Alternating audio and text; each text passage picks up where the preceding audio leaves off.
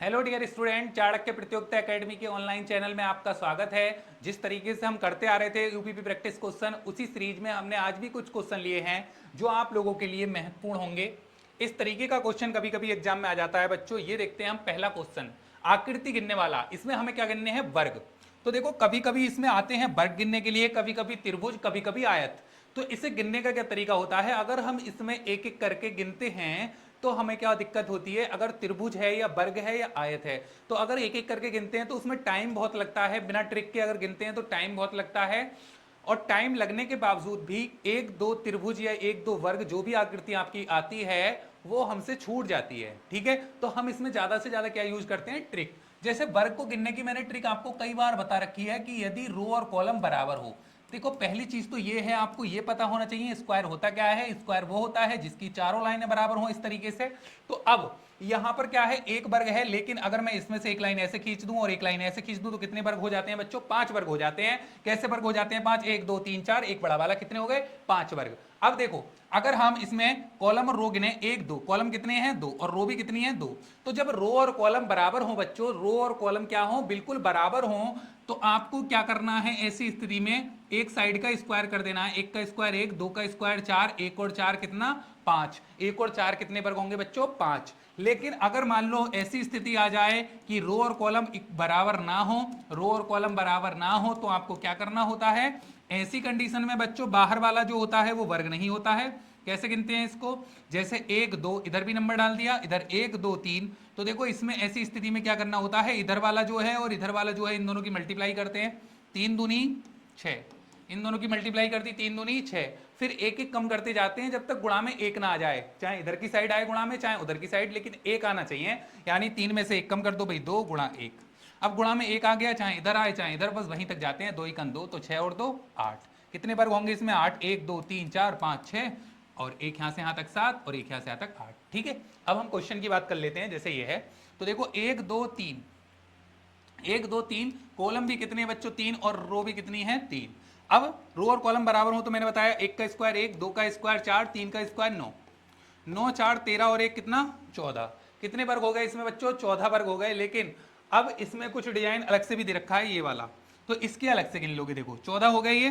14 में देखो 1 2 3 4, एक बड़ा वाला 5, ऐसी 1 2 3 4, एक बड़ा वाला 5, यानी 5 इसके 5 इसके 10 और बढ़ गए। तो 14 और 10 बच्चों कितना हो गया? 24। 14 और 10 कितना हो गया? 24। ऑप्शन ए इसका राइट आंसर हो गया बच्चों। इसका आंसर हो गया 24। तो आपको कभी भी कोई आकृति गिनने के लिए आए पेपर में, तो आप इस तरीके से ट्रिक का यूज करते हैं तो कम समय लगता है। अगर एक एक करके आप त्रिभुज गिनोगे या वर्ग गिनोगे या आयत गिनोगे तो उसमें टाइम ज्यादा लग जाएगा। ठीक है, तो इसका आंसर हो चुका है 24। अगला क्वेश्चन देख लेते हैं। अगला जो क्वेश्चन है हमारा वो है नंबर सीरीज से। देखो नंबर सीरीज का भी क्वेश्चन ज्यादातर एग्जाम में पूछा जाता है, और इसे करने का क्या कॉन्सेप्ट रहता है कि इसकी जितनी ज्यादा प्रैक्टिस आप करोगे उतनी ही जल्दी आप इन सवालों को कर पाओगे।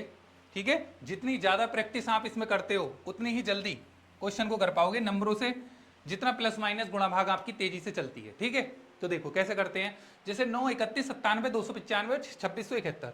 तो देखो इसे पहचानने के कुछ तरीके होते हैं बच्चों। इसे कैसे पहचाने कि सर इसमें क्या चल रहा है, क्योंकि बहुत से बच्चों को ये प्रॉब्लम रहती है कि इसमें प्लस चल रहा है, माइनस चल रहा है या गुणा, क्योंकि ऐसे नंबर में, नंबर सीरीज या मिसिंग नंबर में कुछ भी हो जाता है, प्लस माइनस गुणा भाग। इसका कोई एक वो नहीं होता कि भाई यही होगा इसमें। अब देखो इसकी पहचान क्या होती है कि अगर नंबर तेजी से बढ़े हैं, अगर नंबर तेजी से बढ़े हैं तो 100% इसमें गुणा वाला कॉन्सेप्ट लगा है। यानी गुणा के साथ चाहे कुछ जुड़ रहा हो चाहे कुछ घट रहा हो, लेकिन गुणा तो 100% इसमें होगी ही। अगर नंबर प्लस होते हैं तो इतनी तेजी से नहीं बढ़ते नंबर। अब तेजी से और कैसे पहचाने? जैसे यहाँ पर एक डिजिट की संख्या थी, यहाँ पे 2 डिजिट हो गई, फिर 3 डिजिट हो गई, फिर कितनी डिजिट हो गई? 4 डिजिट। तो इतनी तेजी से नंबर बढ़ रहे हैं तो इसका मतलब इसमें क्या चल रहा है? मल्टीप्लाई। चाहे मल्टीप्लाई के साथ भले से प्लस या माइनस भी चल सकता है। ठीक है, अब देखते हैं इसमें क्या चल रहा है। मल्टीप्लाई लगा के देखते हैं बच्चों पहले। तो देखो 9 तिया 27, 9 तिया 27। अब 27 उसके 31 के पास पहुंच गया। एक बार हम 4 जोड़ के देख लेते हैं, अगर ये वाला कॉन्सेप्ट काम कर गया तो आगे फॉलो करेंगे, वरना कोई दूसरा तरीका लगा देंगे। 9 तिया 27 और 4 31। अब देखो 31 दिया 93 और 4 97। इसका मतलब हमने जो कॉन्सेप्ट लगाया बच्चों वो बिल्कुल सही है। जब हमें ये पता चल जाता है कि वो कॉन्सेप्ट यहां तक हमें पता चल गया भाई क्लियर कि यही चल रहा है, अब आगे हमें ज्यादा सोचने की जरूरत नहीं पड़ेगी। 97 की गुणा 3 से करोगे 291, और 4 जोड़ोगे तो 295। अब गुणा 3 से कर दो। ठीक है, अब देखो यहां पर 295 की गुणा 3 से कर दो। अगर 295 ना सही 300 होता तो 300 की गुणा 3 से करते तो कितना आता 900, लेकिन 300 से 5 कम है तो 5 दिया 15, 15 कम कर दो 900 में से तो 885 आएगा गुणा 3 से करोगे तो। 885 में से कितना कम करे करना, कितना जोड़ना पड़ेगा, देखो 885 में कितना जोड़ना पड़ेगा 4, तो आंसर आ जाएगा 889। ठीक है, देखो अगर मल्टीप्लाई करोगे 3 पंजे 15 के 5 हासिल 1, 3 निम 27 और 1 28 का 8 हासिल 2, 3 की 2 6 और 2 8, 885 आ गया। लेकिन 4 जोड़ोगे भी तो 4 जोड़ोगे तो 889, और 889 की गुणा इससे करोगे तो 2667 आएगा, फिर 4 जोड़ोगे तो 2671। इसका आंसर बच्चों हो जाएगा 889। कितना हो गया 889, क्योंकि इसमें क्या हो रहा है बच्चों गुणा के साथ +4 हो रहा है, तो हमने भी इसमें क्या करा गुणा के बाद +4 करा है, तो 889 इसका राइट आंसर हो गया। अगला क्वेश्चन देखते हैं बच्चों। अगला क्वेश्चन देखो, अगला क्वेश्चन दिशाओं से संबंधित आ गया। दिशाओं के नाम परिवर्तन के आधार पर, इससे बोलते हैं बच्चों दिशाओं के नाम परिवर्तन के आधार पर, इस तरीके से क्वेश्चन कभी कभी आ जाता है। तो ये बहुत सिंपल होता है, इसमें किसी व्यक्ति को चलाना नहीं है, आपको बाएं दाएं नहीं देखना है, बस आपको ये पता होना चाहिए कि कौन सी दिशा कहां पर होती है। जैसे यदि दक्षिण पूर्व, पहले आप रियल वाली दिशाएं लिखो। देखो बच्चों, देखो रियल में जिधर हमारा सीधा हाथ है वो होती है पूरब दिशा। बच्चे पेपर में जाके कंफ्यूज हो जाते हैं पूरब पश्चिम में, तो हमेशा याद रखना बच्चों, जिधर हमारा सीधा हाथ होता है जब हम पेपर पे लिख रहे हैं तो वो होती है पूरब दिशा, और जिधर हमारा उल्टा हाथ होता है वो होती है पश्चिम दिशा। ये बात आपको ध्यान रखनी है। अब देखो, पूरब के बाद इधर वाली चीज क्या होती है पश्चिम, ऊपर वाला उत्तर, नीचे वाली दिशा होती है दक्षिण। इन दोनों के बीच में जो दिशा आ जाए उसे बोलते हैं उत्तर पूर्व, इसको बोलते हैं बच्चों उत्तर पूर्व। इन दोनों के बीच में जो आती है इसे बोलते हैं उत्तर पश्चिम, क्या बोलते हैं इसे उत्तर पश्चिम। इन दोनों के बीच में जो आ जाए इसे बोलते हैं दक्षिण पश्चिम, क्या बोलते हैं दक्षिण पश्चिम। इन दोनों के बीच में जो आती है इसे बोलते हैं बच्चों दक्षिण पूर्व। ये हमारी रियल दिशाएं होती हैं। ये क्या होती हैं बच्चों, हमारी रियल दिशाएं। लेकिन हमें इसमें करना क्या होता है, हमें इसमें यह करना होता है कि हमें कुछ बता रखा होता है दिशाओं का नाम चेंज करने के आधार पर, तो हम इनके अनुसार अब क्वेश्चन पे आ जा रहे हैं। देखो क्वेश्चन में जैसे बोला है बिल्कुल वैसे करना है। ये बना दी भाई हमने दिशाओं का साइन। अब यहां पर बोला है कि दक्षिण पूर्व जहां पर है उसको कर दो उत्तर, तो दक्षिण पूर्व तो रियल में बच्चों यहां पर होता है। अगर मैं इसको उत्तर कर दूंगा ना, अगर मैं यहां पर उत्तर कर दूंगा, दक्षिण पूर्व को मैंने कर दिया उत्तर, अगर यहां पर दक्षिण पूर्व को उत्तर कर दिया तो इसके जस्ट सामने वाली लाइन जो है वो क्या हो जाएगी अपने आप दक्षिण, क्योंकि उत्तर और दक्षिण हमेशा 180 डिग्री पर होंगे। अगर उत्तर इधर पहुंच गया तो दक्षिण इधर, अगर उत्तर इधर पहुंच गया तो दक्षिण इधर, अगर उत्तर इधर पहुंचा तो दक्षिण उधर। ये बात क्लियर है, यानी एक दिशा पता होने से दूसरी दिशा अपने आप पता चलेगी आपको। दक्षिण पूर्व को अगर उत्तर बना दिया तो इधर की साइड जिधर उत्तर पश्चिम होता है वो क्या हो जाएगी दिशा हमारी दक्षिण। अगला कह रहे हैं उत्तर पूर्व को कर दो पश्चिम, जहां पर उत्तर पूर्व होता है वहां को कह रहे हैं ये पश्चिम। उत्तर पूर्व तो बच्चों इधर होता है, तो यहां पे कह रहे हैं कि उत्तर पूर्व जहां पे होता है उसको पश्चिम बना दो। उत्तर पूर्व को वही पश्चिम बना दिया। अब इधर पश्चिम जैसे ही पहुंचेगा इधर क्या साइड आ जाएगा बच्चों, इधर आएगी पूरब, इधर क्या आएगी पूरब, इधर पूरब आ जाएगी अपने आप। अब आपसे जो पूछा है कह रहे हैं इसी तरह सभी दिशाएं बदल जाती हैं तो दक्षिण को क्या कहा जाएगा, यानी हमसे तो बच्चों ये वाली दिशा पूछी गई है। यहां पर करना क्या है आपको देखना है भाई, रियल में तो यहां पर दक्षिण होता है, लेकिन अब फिलहाल की स्थिति में इनके अकॉर्डिंग जब हमने दिशाएं चेंज करी हैं तो ये दिशा अब आ रही है पूरब के और उत्तर के बीच में, या हम बोले उत्तर और पूरब के बीच में इस टाइम ये दिशा आ रही है जो दक्षिण रियल में होती थी। तो अब ये उत्तर और पूरब के बीच में आ रही है, तो अब इसको क्या बोला जाएगा उत्तर पूर्व, क्योंकि जो दिशा उत्तर पूरब के बीच में आती है उसको बोलते हैं बच्चों उत्तर पूर्व। क्या बोलते हैं उसे उत्तर पूर्व। तो दक्षिण को क्या कहा जाएगा उत्तर पूर्व, यानी ऑप्शन बी इसका राइट जवाब हो जाएगा। ऑप्शन बी इसका राइट जवाब हो जाएगा। बच्चों समझ में आ गया होगा सभी के। अगला क्वेश्चन देखो, ये ब्लड रिलेशन का क्वेश्चन है। A@B का मतलब है ए बी का पुत्र है, ए हैज बी का मतलब है ए बी का भाई है, और ए स्टार बी का मतलब है ए बी की मां है। तो P@Q star are has S में कौन सा विकल्प सही है ये बताना है हमें। अब देखो हम एक एक साइन को लेके कर रहे हैं। P@Q ये वाला देख लेते हैं, तो एट द रेट वाला पढ़ो। A@B का मतलब है ए बी का पुत्र है। A@B का मतलब क्या है ए बी का पुत्र है। तो बताओ P@Q में P जो है वो किसका पुत्र होगा बच्चों, Q का पुत्र होगा। P@Q में P जो है वो किसका पुत्र होगा, Q का पुत्र होगा। अब देखो Q star R, A star B का मतलब है ए बी की मां है, तो Q स्टार आर में Q जो है वो किसकी मां हो जाएगी बच्चों, आर की। Q जो है वो किसकी मां हो जाएगी बच्चों, आर की।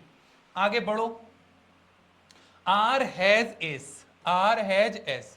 अब आर वाला पढ़ो, ए हैज बी का मतलब है ए बी का भाई है, तो आर हैज एस का मतलब हो जाएगा बच्चों आर जो है वो एस का भाई है, आर जो है वो एस का भाई है, क्योंकि ए एस बी में ए बी का भाई है, तो आर हैज एस में आर एस का भाई हो गया बच्चों।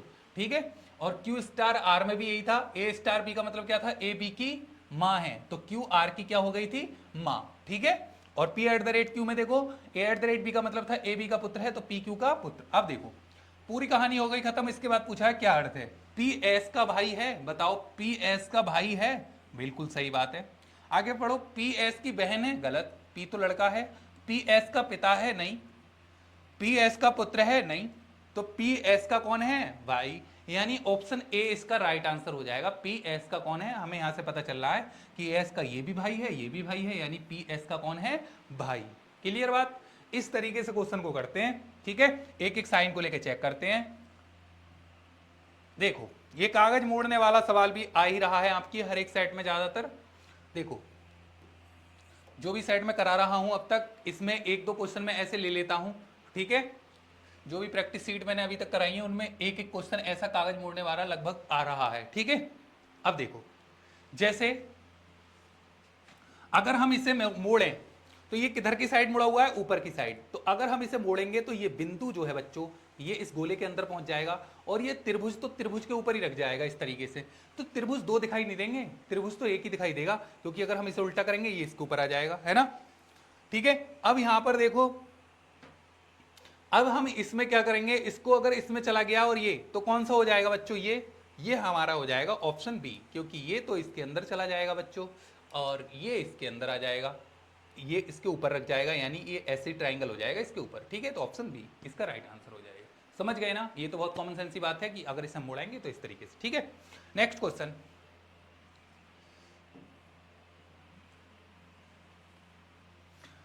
देखो यहां पर तो आपको नंबर देख के ही पता चल गया होगा, 11 का टेबल चल रहा है सीधा सीधा, 11 दूनी 22, 11 चौक 44, 11 छंग 66, पहले 2 से फिर 4 से फिर 6 से, अब की बार कितने से गुणा होनी है, 8 से, 11 अट्ठे 88, तो आंसर हो गया बच्चों बी, 11 दूनी 22, 11 चौक 44, 11 छंग 66, 11 अट्ठे 88। इससे अगला पूछा होता तो 11 ढाई 110, यानी सम संख्याओं में मल्टीप्लाई हो रही है, सम संख्याओं में मल्टीप्लाई हो रही है। ठीक है, अगला क्वेश्चन,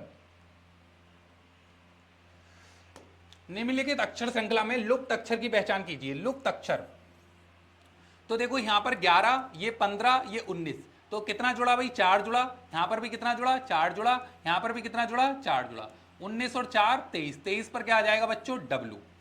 11 15 19 23, 4 जुड़ा, हर एक में 11 में 4 जुड़ा, 15 15 में 4 जुड़ा, 19 19 में 4 जुड़ा, 23, और 23 पे कौन सा अक्षर आता है बच्चों, डब्लू, यानी ऑप्शन डी इसका राइट आंसर हो जाएगा, ऑप्शन डी इसका राइट आंसर हो जाएगा। ठीक है, अगला क्वेश्चन देखेंगे, उस शब्द को चुने जो सबसे अलग है, समान नहीं है दूसरों के। ठीक है, देखो ये सब किसी ना किसी चीज के मात्रक होते हैं, ये सारी यूनिट हैं। ठीक है, ये सारी यूनिट है। ठीक है, लेकिन ये किसी की यूनिट नहीं है, इसलिए ये अलग हो गया, दाव, प्रेशर का मतलब दाव, ये यूनिट नहीं है लेकिन ये क्या है, यूनिट है। ठीक है, समझ गए, कोई दिक्कत तो नहीं है। अगला देखें, नेक्स्ट, इसमें देखो, इसमें पूछा है दूसरों से भिन्न है, तो दूसरों से भिन्न का मतलब है, देखो ये सारी आकृति जो है वो इस तरीके से हैं, एक तीर नीचे, एक अपोजिट साइड में, एक तीर नीचे अपोजिट साइड में, एक तीर नीचे अपोजिट साइड में। ठीक है, लेकिन यहां पर ये दोनों तीर जो हैं एक लाइन पर हैं और ये बिल्कुल आकृति इन तीनों से बिल्कुल अलग दिखाई दे रही है आपको। ठीक है, तो आंसर इसका हो गया ऑप्शन डी। बात क्लियर बच्चों, अगला क्वेश्चन, ये वाला क्वेश्चन देखेंगे। देखो ऐसा क्वेश्चन भी मैं अपने सेट में जो प्रैक्टिस सीट आपको कराता हूं उसमें लेता हूं ऐसा क्वेश्चन भी। देखो नीचे दिया गया बैन आरेख कन्नड़, हिंदी और तेलुगु के ज्ञान के संबंध में एक शहर में 1500 लोगों के सर्वेक्षण के परिणाम के बारे में जानकारी देता है। ठीक है, तो केवल एक भाषा जानने वाले व्यक्तियों की संख्या कितनी है, केवल एक भाषा जानते हो। अब देखो यहां पर एक डायग्राम बना हुआ है, यहां पर इसका मतलब हो गया बच्चों तेलुगु, इसका मतलब हो गया कन्नड़ और इसका मतलब हो गया हिंदी। अब हमें केवल उन लोगों से मतलब है जो केवल एक ही भाषा जानते हैं और भाषा न जानते हो, यानी दो भाषा न जानते हो 3 भाषा ना जानते हो, केवल कितनी भाषा जानते हो? एक भाषा। जैसे अब बताओ, ये 300 लोग जो तेलुगु जानते हैं, ये और कुछ जानते हैं 300 लोग? ये 300 लोग और किसी गोले में आ रहे हैं? केवल इस वाले गोले में आ रहे हैं बच्चों। तो केवल यही वाला भाषा जानते हैं, तेलुगु। तो केवल एक भाषा जानते हैं ये 300 केवल एक भाषा जानते हैं। अब ये 250 बच्चों हिंदी तो जानते हैं, लेकिन हिंदी के अलावा कोई और भाषा जानते हैं? कैसे पता? नहीं जानते, क्योंकि और किसी गोले में नहीं आ रहे, ना कन्नड़ वाले में आ रहे हैं, ना तेलुगु वाले में आ रहे हैं, केवल हिंदी वाले में आ रहे हैं। तो केवल हिंदी वाले में आ रहे हैं, तो इसका मतलब केवल हिंदी जानते हैं। ये तो 250 ये हो गए बच्चों, केवल एक भाषा जानने वाले। अब ये 500 जो हैं, ये केवल कन्नड़ जानते हैं, ना ये तमिल तेलुगु वाले में आ रहे हैं, ना ये हिंदी वाले में आ रहे हैं। ठीक है, तो केवल क्या जानते हैं? कन्नड़। तो 500 ये हो गए बच्चों। केवल एक भाषा जानने वाले इतने लोग हो गए, केवल एक भाषा जानने वाले। तो इन सबको जोड़ दो बस, 0, 5, 3 2 5 और 5 10, 1050। इसका आंसर बच्चों हो गया ऑप्शन बी, 1050। 1050 बच्चे ऐसे हैं कि जो केवल एक भाषा जानते हैं। कभी कभी इसमें प्रतिशत पूछ लेता है। क्या पूछ लेता है? प्रतिशत। अगर इसमें प्रतिशत पूछा होता तो 1050 बटे जितने छात्र हैं, छात्रों की संख्या तो दी है भाई 1500, छात्र नहीं है, ये शहर के लोग हैं, तो जितने भी लोग हैं 1500, 1050 बटे 1500 गुणा 100। ठीक है, ऐसे हम परसेंटेज निकाल लेते। लेकिन हमसे परसेंटेज नहीं पूछी, हमसे केवल ये पूछा है कि ऐसे कितने लोग हैं जिन्हें केवल एक भाषा पता है। तो आंसर हो गया 1050। ये हमारी आज की सीरीज का सबसे लास्ट क्वेश्चन था। समझ में आया होगा सभी को, किसी को कोई प्रॉब्लम नहीं होगी इसमें। ठीक है, आज के लिए बच्चों इतना ही रहने दे रहे हैं। ठीक है, अगर आपको वीडियो अच्छी लगे तो लाइक करें, शेयर करें एंड कमेंट करें। Thank you.